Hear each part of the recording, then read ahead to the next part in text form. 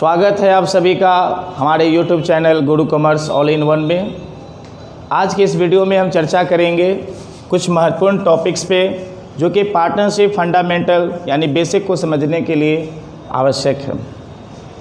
जिसमें पहला टॉपिक है LLP यानी सीमित दायित्व साझेदारी यानी लिमिट लायबिलिटी पार्टनरशिप, और इसके बारे में हम जानेंगे, इसकी जो कैरेक्टर है उसके बारे में जानेंगे।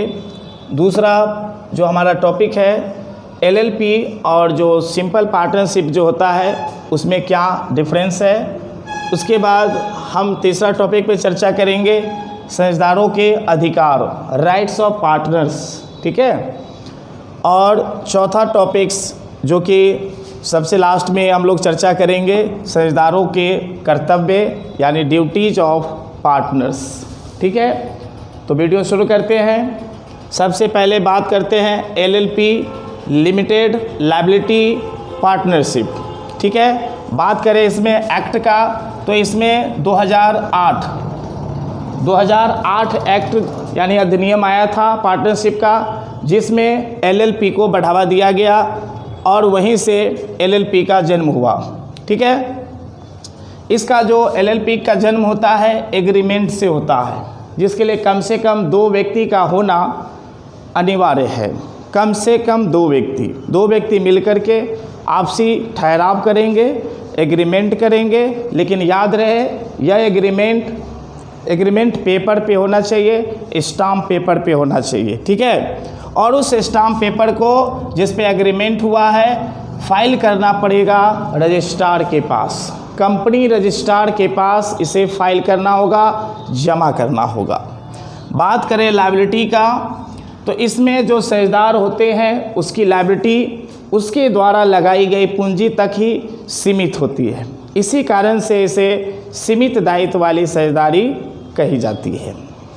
बात करें इसमें संख्या साझेदारों की तो कम से कम 2 और अधिक से अधिक पे कोई मतलब की पाबंदी नहीं है। सबसे महत्वपूर्ण बात यह है कि LLP के लिए सॉल्वेंसी सर्टिफिकेट हर साल प्रति वर्ष कंपनी रजिस्ट्रार के पास जमा करना पड़ता है। आप सोच रहे होंगे कि ये सॉल्वेंसी सर्टिफिकेट क्या है, तो इसे कहते हैं ऋण शोधन क्षमता, है ना, का जो प्रमाण पत्र है, ऋण शोधन क्षमता का प्रमाण पत्र, जिसके लिए सॉल्वेंसी रेशियो निकाला जाता है। अर्थात यह संस्था अपनी दायित्वों का भुगतान करने में सक्षम है या नहीं है, उसका जो है ना जानकारी कंपनी रजिस्ट्रार के पास हर वर्ष प्रति वर्ष बतानी होगी, जमा करनी होगी, ठीक है। जैसे मान लेते हैं सॉल्वेंसी रेशियो अगर 2:1 है तो यह माना जाएगा कि 1 रुपया लायबिलिटी चुकाने के लिए 2 रुपया का संपत्ति अवेलेबल है, ठीक है। इस तरह का मान के चलिए कि उसका लायबिलिटी चुकाने के लिए कितना एसेट अवेलेबल है, ये इस चीज़ का प्रमाण पत्र प्रतिवर्ष जमा करना होगा, ठीक है। तो ये पहला पॉइंट था, पहला टॉपिक था हमारा LLP। बात करते हैं दूसरे टॉपिक पे LLP और ये जो बेसिक पार्टनरशिप है जिससे हम जानते हैं, क्योंकि LLP का जो है ना थोड़ा प्रचलन कम है। ज़्यादातर जो पार्टनरशिप होती है नॉर्मल एग्रीमेंट कर लिया आपसी समझौते के तहत और शुरू कर दिया, अपना चला रहा है, ठीक है। तो बात करें इसमें अंतर का जो हमने बेस ले लिया है, पहला है अधिनियम एक्ट। तो सिंपल जो पार्टनरशिप है उस पर जो उसका जो अधिनियम है 1932 है, और वहीं LLP के बारे में अभी चर्चा की है, उसका 2008 अधिनियम है, ठीक है। उसके बाद बात करते हैं एग्जिस्टेंस यानी कि रचना।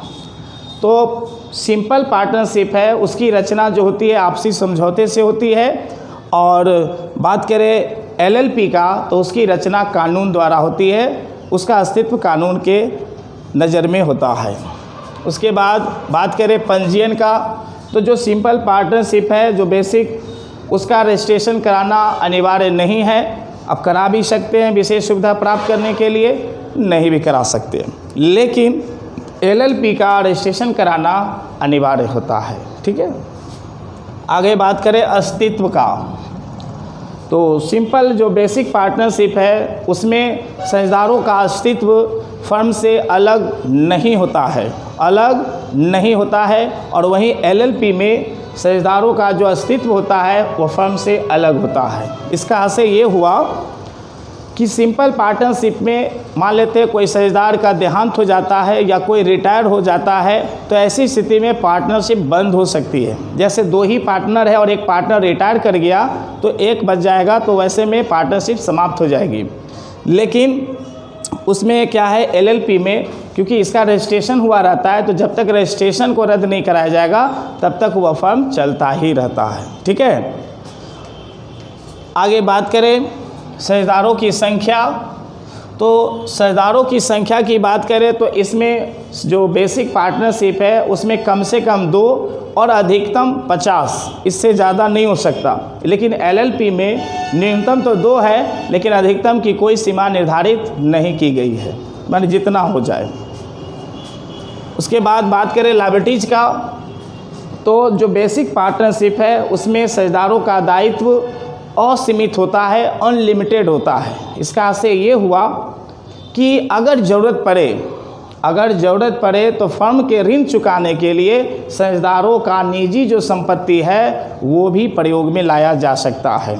लेकिन एलएलपी में ऐसा नहीं है, वहाँ साझेदारों का दायित्व उनके द्वारा लगाई गई पूंजी तक ही सीमित होता है। मान लेते हैं कि एलएलपी में सभी साझेदार 2-2 लाख रुपया लगा रखे हैं, ऐसे में अगर नुकसान होता है तो उनका पूंजी ही डूब सकता है। घर का संपत्ति जो प्राइवेट है उसे हाथ नहीं लगाया जाएगा, लेकिन बेसिक पार्टनरशिप में उसका घर का भी संपत्ति प्रयोग में नीलाम करके किया जा सकता है। ठीक है, तो आई होप ये आप समझ गए होंगे दूसरा टॉपिक। बात करें तीसरा टॉपिक का, तो साझेदारों के अधिकार यानी राइट्स ऑफ पार्टनरशिप। साझेदारों के कुछ राइट्स हैं।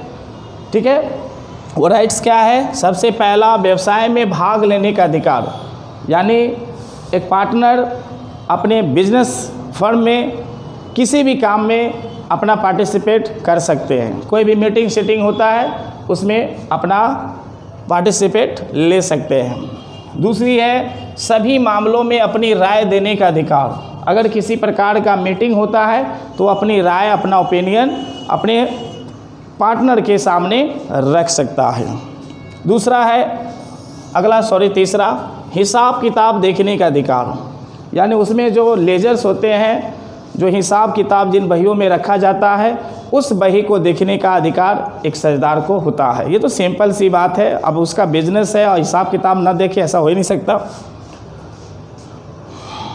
फिर उसके बाद है लाभ में हिस्सा पाने का अधिकार। अब चूंकि पूंजी लगाया है, अब बताइए पूंजी लगाया है तो लाभ में हिस्सा पाने का अधिकार स्वाभाविक है। ठीक है, इस पे ज़्यादा बहस नहीं करेंगे। अगला है अपने जेब से भुगतान करने पर उसकी क्षतिपूर्ति प्राप्त करने का अधिकार।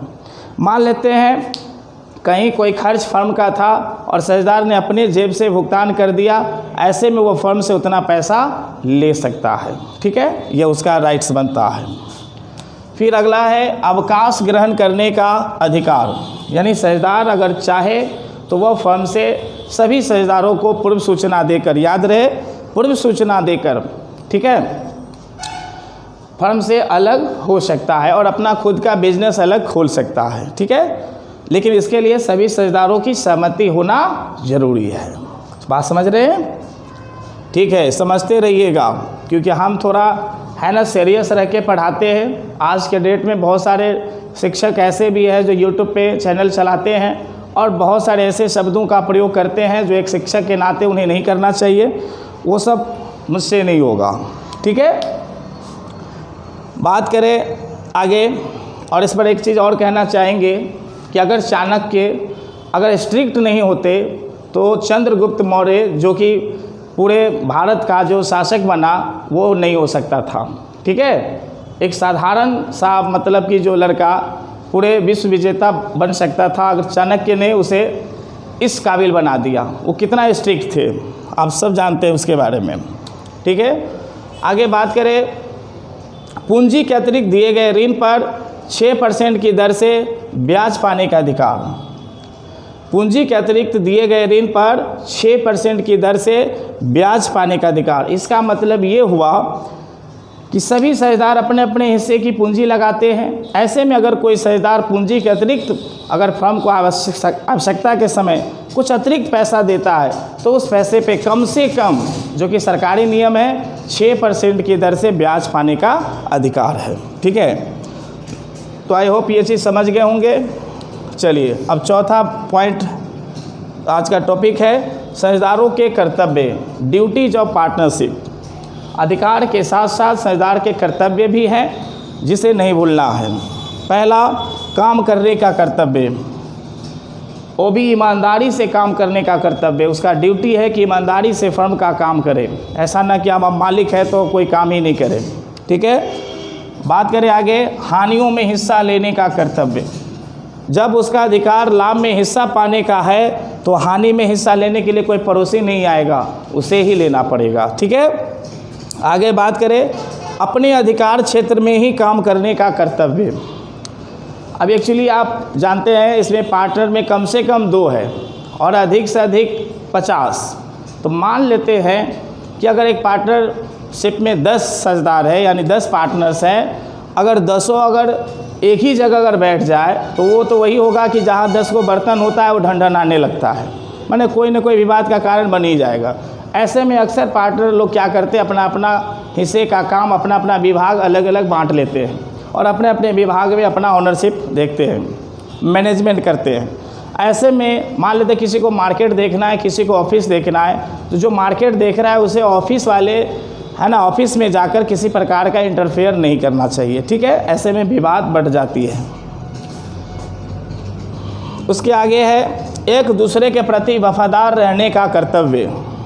एक दूसरे के प्रति वफादार रहने का कर्तव्य, यानी हमें एक दूसरे पर, अगर मान लेते हम लोग पार्टनर्स हैं तो हमें, अगर हम पार्टनरशिप चला रहे हैं तो ऐसे में हमारा क्या कर्तव्य बनता है कि हम सभी एक दूसरे पे, है ना, विश्वास करें, भरोसा करें, है ना, तभी एक आदर्श साझेदारी स्थापित हो सकती है और ये लंबे समय तक टिक सकती है। अगला है अपने हित का हस्तांतरण न करने का कर्तव्य, यानी अपना जो ये ओनरशिप है वो किसी दूसरे के लिए ट्रांसफ़र ना करे। ठीक है, ऐसे में वो दूसरा गलत फ़ायदा उठा सकता है। अपनी लापरवाही से यदि फर्म को क्षति हुई है तो इसकी क्षतिपूर्ति प्राप्त करने का भी कर्तव्य है। प्राप्त करने का नहीं, क्षतिपूर्ति भुगतान करने का कर्तव्य है। इसका अर्थ ये हुआ कि मान लेते आपके व्यक्तिगत कारण से फर्म को नुकसान हो गया, ठीक है, आपकी गलती से नुकसान हुआ। मान लेते कि कोई ड्रिंक करके, है ना, माल लाने गया, माल को रास्ते में ही गाड़ी भी पलट दिया, है ना, या किसी प्रकार का कोई नुकसान कर दिया। ऐसी स्थिति में वो नुकसान आपको अपने जेब से भरना चाहिए और ये आपका कर्तव्य है। ठीक है, आई होप कि ये वीडियो आपको अच्छा लगा होगा। अगर बहुत अच्छा लगा है, ठीक है, और स्वाभाविक अभी जो देख रहे हैं बच्चे वो तो बड़े ही होनहार बच्चे ही होंगे, क्योंकि ज़्यादातर बच्चे तो शुरू में ही वीडियो स्किप कर देते हैं। ठीक है, हो सकता है कि हमारा इस वीडियो का पिक्चर, है ना, या साउंड थोड़ा अच्छा ना हो सकता है, लेकिन मेन होता है कंटेंट।